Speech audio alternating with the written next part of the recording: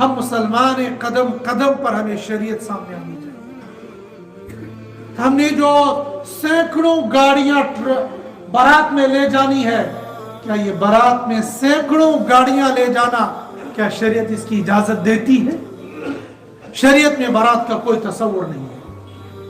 لہذا پہلی بات، بارات سے بچنا چاہیے۔ کتنا بچیں گے؟ جن کی شادیاں ہو گئی ہیں تو وہ تو ہو گئی ہیں، لیکن جوان دوستوں سے میری گزارش ہے، غیر شادی شدہ جوانوں سے گزارش ہے، کھڑے ہو جاؤ، ڈٹ جاؤ، ہمیں کوئی بارات نہیں لے جانی ہے۔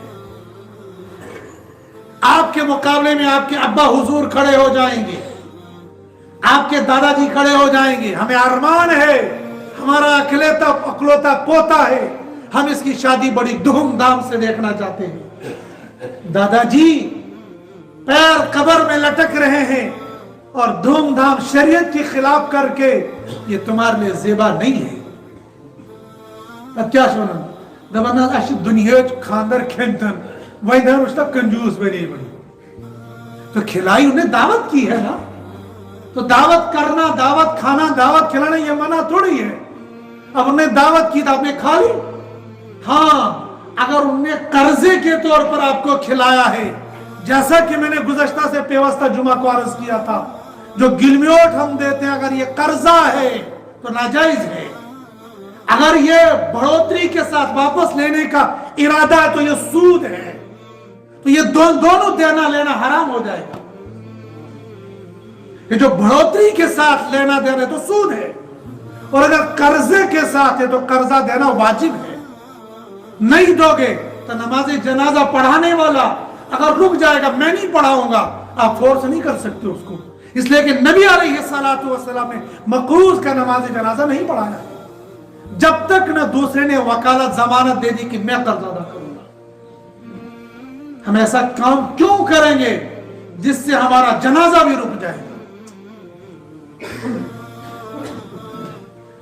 تو اگر یہ دعوت ان لوگوں نے بطور قرض آپ کو کھلائی ہے تو پھر ایسی دعوت کھانے سے بہتر ہے بندہ بھوکا رہے، پھر ایسی دعوت نہیں کھانی ہے۔ لیکن اگر یوں ہی میں آپ کی دعوت کروں، پورے مجمع کی دعوت کروں، اور آپ میں سے کوئی پورے مجمع کی دعوت کرے، نور علی نور، بارک اللہ، اللہ اس میں برکت دے، تو ایسی دعوت تو قبول کرنا یہ تو سنت ہے۔ لیکن قرضے والی دعوت کھانا اور قرضے والی دعوت کھلانا، اس سے بہتر ہے بندہ بھوکا رہے۔ اس لیے جوانوں، آپ ڈٹ جاؤ کہ ہمیں شریعت کے مطابق شادی کرنی ہے۔ یہ ناراض ہوتے ہوتے رہے۔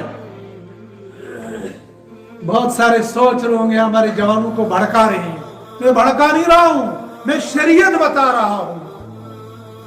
خلاف شریعت مت کرو، لا طاعت لمخلوق فی معصیت الخالق۔